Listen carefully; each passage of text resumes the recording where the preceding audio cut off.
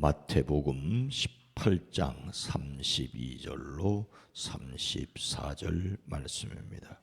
신약성경 31면입니다. 마태복음 18장 32절로 34절 말씀을 함께 읽습니다.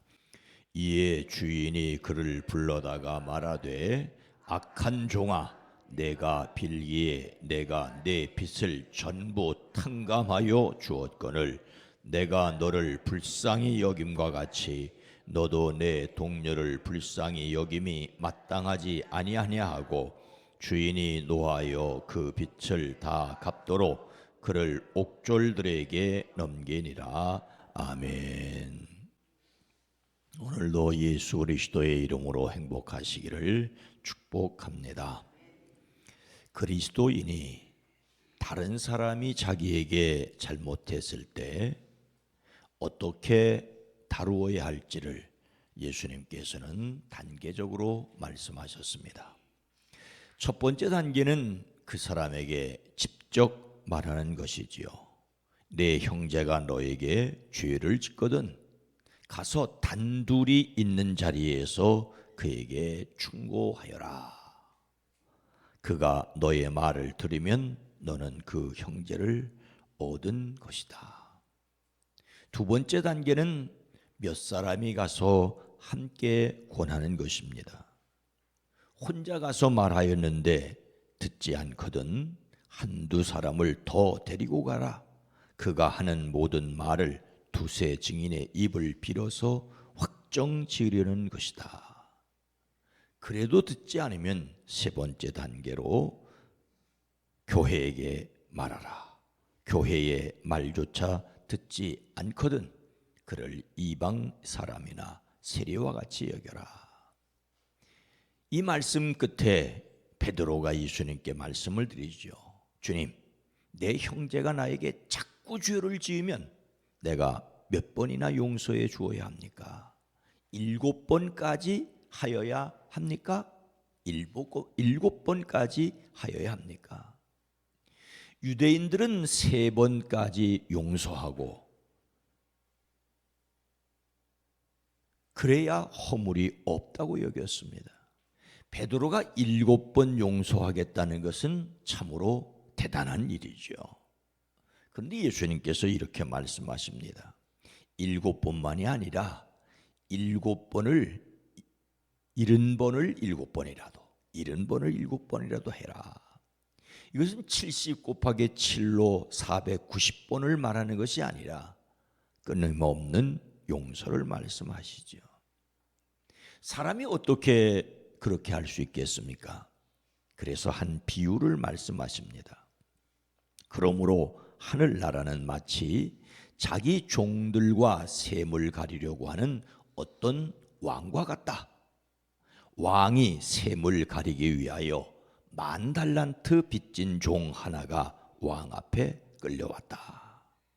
그런데 그는 빚을 갚을 돈이 없으므로 주인이 그 종에게 자신과 그 아내와 자녀들과 그 밖에 그가 가진 것을 모두 팔아서 갚으라고 명령하였다. 왕이 주인이고 주인이 왕입니다. 그랬더니 종이 그 앞에 무릎을 꿇고 참아주십시오. 다 갚겠습니다 하고 애원을 하였다. 주인은 그 종을 가볍게 여겨 그를 놓아주고 빚을 없애주었다.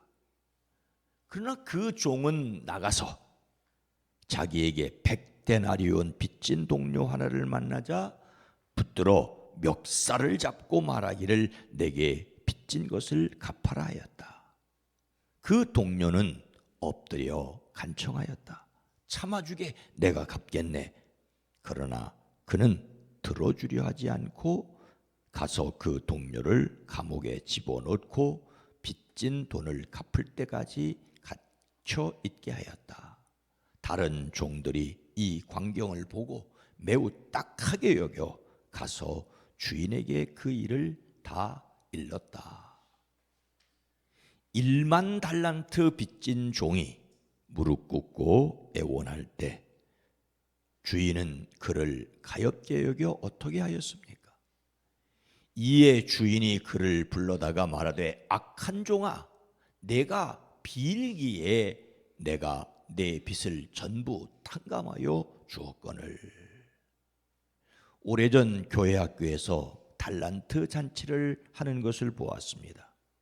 암송을 하면 1달란트, 출석을 하면 2달란트, 전도를 하면 100달란트를 주는 식으로 달란트를 모으게 하지요. 일종의 점수 모으기라고 할 수 있습니다. 이렇게 모은 달란트를 분기별로 또는 반기에 시장을 열어 물건을 사게 합니다. 어떤 학용품은 20달란트, 어떤 장난감은 30달란트, 고가의 물건은 100달란트 하는 것을 보았습니다. 물론 한두 달란트로 떡볶이를 먹도록 배려하는 세심함도 있었지요. 그런데 여기에서 1달란트의 가치가 얼마나 되는지를 살펴볼 필요가 있습니다. 당시 노동자의 하루 임금을 한 데나리온이라고 하는데 1달란트는 무려 6,000데나리온, 즉 1달란트는 노동자의 16년치의 품삯에 해당하는 엄청난 금액입니다. 16년 동안 한 푼도 쓰지 않고 모은 돈이 1달란트입니다. 1달란트는 어마어마한 액수예요. 그럼 1만 달란트는 16만 년 동안 일해서 모을 수 있는 돈이 한 1만 달란트예요. 16만 년치라는 것은 상상이 불가능한 금액이죠. 계산하기 쉽게 하루 임금을 10만 원만 계산하면 6조 원입니다. 오늘 말씀은 어쩌다 이렇게 많은 빚을 지었게 되었는지는 말하지 않습니다. 빚진 이유를 따지는 것은 비유를 말씀하시는 이유가 아니죠. 예수님께서 말씀하시는 것은 이 엄청난 돈을 주인이 탕감하여 주었다는 것입니다. 그 엄청난 빚을 진 사람에게 그 돈이 있을 리 없었지요. 주인은 처음에 매우 엄하게 말합니다. 그 자신과 아내와 자녀들과 그 밖에 그가 가진 모든 것을 팔아 갚으라고 합니다. 어쩌면 율법의 요구가 이렇게 지엄합니다. 그래서 빚을 갚을 돈이 없는 그 사람은 주인 앞에 무릎을 꿇고 참아 주십시오, 다 갚겠습니다, 애원을 하죠. 도무지 갚을 능력이 없는 사람이 어떻게 갚겠다는 것인지 이 또한 헛말일 것입니다. 주인은 내가 어떻게 갚겠느냐라고 따져 묻지 않고 다만 그를 가엾게 여겨 그를 놓아주고 빚을 없애주었습니다. 조건은 단 하나입니다. 주인이 그 종을 가엾게 여겼던 것입니다. 긍휼히 여겨 긍휼을 베푼 것입니다. 우리 모두는 하나님께 긍휼히 여김을 받았음을 믿으시기를 주의 이름으로 축복합니다. 주인에게 1만 달란트를 탕감받은 종은 다른 종에게 어떻게 했어야 하겠습니까? 내가 너를 불쌍히 여김과 같이 너도 내 동료를 불쌍히 여김이 마땅하지 아니하냐 하고, 예수님께서는 비유로 1만 달란트, 즉 16만 년 동안 한 푼도 쓰지 않아야 모을 수 있는 빚을 탕감받은 사람에게 100데나리온 빚을 진 친구가 있었다고 말합니다. 엄청난 과장과 엄청난 비교예요. 100데나리온은 노동자의 100일치 품삯입니다. 물론 이것도 적은 돈은 아니지요. 100데나리온, 석 달 동안 꼬박 일해도 벌까 말까한 돈입니다. 석 달. 하루 품삯을 10만 원으로 역시 계산해도 1,000만 원이 넘습니다. 이걸 적은 돈이라고 할 수 없지요. 그러나 여러분, 1만 달란트와 100데나리온은 전혀 비교가 할 수 없습니다. 아마도 이 이야기를 들은 사람들은 깔깔깔깔 웃었을지 모르겠습니다. 16만 년과 100일이 비교가 됩니까? 그야말로 조족지혈 세 발의 피입니다. 전혀 차원이 다른 계산임을 알 수 있습니다. 문제는 전혀 계산할 수 없는 은혜를 입은 사람이 약간의 은혜도 베풀지 않았다는 것이지요. 주인은 내가 너를 불쌍히 여긴 것처럼 너도 내 동료를 불쌍히 여겨 주어야 할 것이 아니냐라고 합니다. 주인이 노하여 그를 형무소 관리에게 넘겨주고 빚진 것을 다 갚을 때까지 가두어 두게 하였습니다. 그런데 어떤 것도 없는 사람이 그 감옥에서 어떻게 빚을 갚겠습니까? 결국 구원의 희망이 없는 사람임을 말하고 있을 뿐입니다. 오늘 말씀을 마음에 새기고 하나님이 자신에게 얼마나 놀라운 은혜를 베푸셨는지를 알기에 어떻게 살아야 합니까? 이 비유를 말씀하시고 나서 예수님은 각각 마음으로부터 형제를 용서해야 한다고 말합니다. 각각 마음으로부터 진심으로 형제 자매를 용서해야 할 것을 요구하십니다. 건성으로 하지 말고 진심으로 용서하라고 하십니다. 여기에서 우리는 우리가 할 수 있는 일이 아니라는 것을 먼저 기억을 해야 합니다. 우리는 자신이 도무지 할 수 없는 일을 하라고 요구를 받고 있습니다. 어떻게 해야 합니까? 우리는 갚을 수 없는 은혜를 받았다는 것을 기억해야 합니다. 갈라디아서는 그리스도의 은혜로 너희를 부르신 이를 이같이 속히 떠나 다른 복음을 따르는 것을 내가 이상히 여기노라고 했습니다. 너무나도 놀라운 은혜이기에 그 은혜를 자주 잊는다는 말이죠.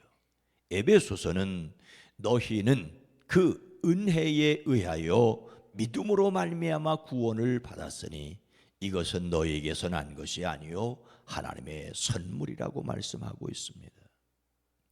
우리가 은혜로 구원받았다는 것을 강조하는 이유는 아무것도 하지 말아야 된다는 뜻이 아니라 도무지 갚을 수 없는 근원적인 죄의 문제가, 죽음의 문제가 해결되었다는 것입니다. 1만 달란트 16만 년치를 탕감받았다는 정도가 아닙니다. 지옥 갈 사람이 천국 가게 되었습니다. 마귀의 자녀가 하나님의 자녀가 되었습니다. 영원히 죽을 사람이 영원히 살게 되었습니다.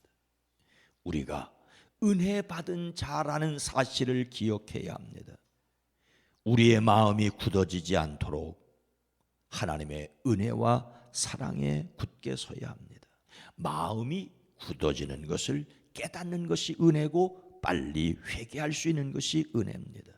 여러분, 율법 이전에 먼저 은혜가 주어졌습니다. 율법이 주어진 시내산 이전에 유월절과 출애굽과 홍해 건너에 있었습니다. 출애굽한 사람들에게 하나님의 백성으로 살아가야 할 법을 주셨습니다. 먼저 하나님의 사랑이 있었습니다. 사람은 이 놀라운 은혜를 너무 쉽게 했습니다. 믿음으로 구원받았다는 말은 하나님의 은혜가 내게 있었다는 것을 인정하는 것입니다. 예수님을 닮는 성품 5월의 주제는 포용입니다. 이를 위하여 하나님의 능력으로 은혜로 반응한다. 은혜로 반응한다여야 합니다. 하나님의 은혜를 잊지 않기에 은혜를 베푸는 사람들이 되어지기를 주의 이름으로 축복합니다. 거룩하신 하나님, 자비로우신 주님, 개구리 올챙이적 생각 못하는 것은 은혜에 있어서도 마찬가지임을 고백합니다. 주님, 은혜 받은 사람들이기에 감동하고 감격하고 그래서 베풀 수 있게 하옵소서. 주님, 정말로 하나님의 은혜로 말미암아 지옥 갈 사람이 천국 가게 되었고 마귀의 자녀가 하나님의 자녀가 됐고 이미 죽었던 자들이 하나님께 대하여 영생을 얻게 하셨기에 영생 얻은 자들로 이 땅을 살아내미 우리 모두의 행복이 되어지게 하옵소서. 은혜 받은 것을 기억하기에 부모의 은혜를, 스승의 은혜를 사회의 은공으로 갚는 것뿐만 아니라 하나님의 은혜 때문에 평화를 위해, 화해를 위해, 일치를 위해 기도하고 미력하지만 순종할 수 있게 하옵소서. 우리의 힘으로 도무지 될 수 없음을 고백합니다. 주여, 성령 하나님 오늘 하루도 주의 도우심 가운데 성령의 능력으로 살아내미 우리에게 있어지게 하옵소서. 수요 기도회로 모일 때 복되게 하옵소서. 사랑하는 성도들의 가정과 일터 이제 5월을 마무리합니다. 사업장, 직장, 일터 복되게 하옵소서. 대한민국 이 땅을 긍휼히 여기시옵소서. 이 세계에 평화를 주시옵소서. 예수님의 이름으로 간절히 기도드리옵나이다. 아멘. 오늘 말씀을 생각하며 하나님의 사랑을 기억하게 하옵소서. 서로를 사랑으로 보듬는 교회, 세상이 하나님의 은혜를 깨닫기를 위해 기도합니다.